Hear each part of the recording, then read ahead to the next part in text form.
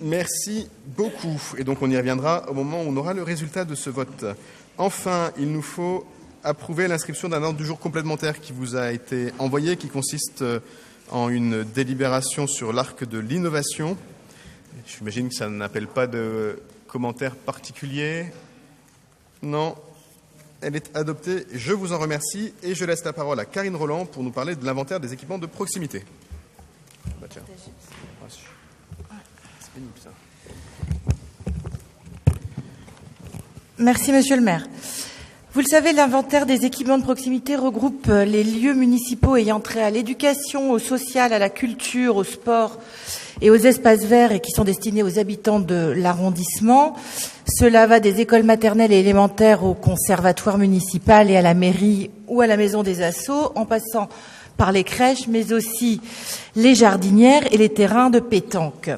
Vous en avez eu la liste exhaustive dans l'ordre du jour de ce conseil. La catégorie est assez large. Sachez que pour le 18e arrondissement, l'inventaire que nous vous proposons comporte actuellement 233 équipements de proximité, avec une hausse de 2 équipements du fait d'une nouvelle jardinière sur le parcours du tramway et une annexe au centre Paris-Anime Binet.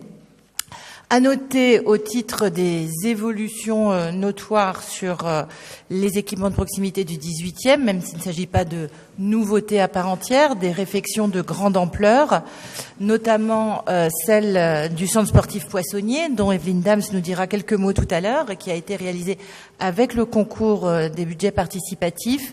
Et puis, dans quelques semaines, bien sûr, et cela concerne de nouveau les sports, chère Evelyne, la réouverture de la piscine des Amiraux, joyau de l'Art Nouveau et équipement sportif particulièrement attendu. Donc ça sera dans le courant de l'automne.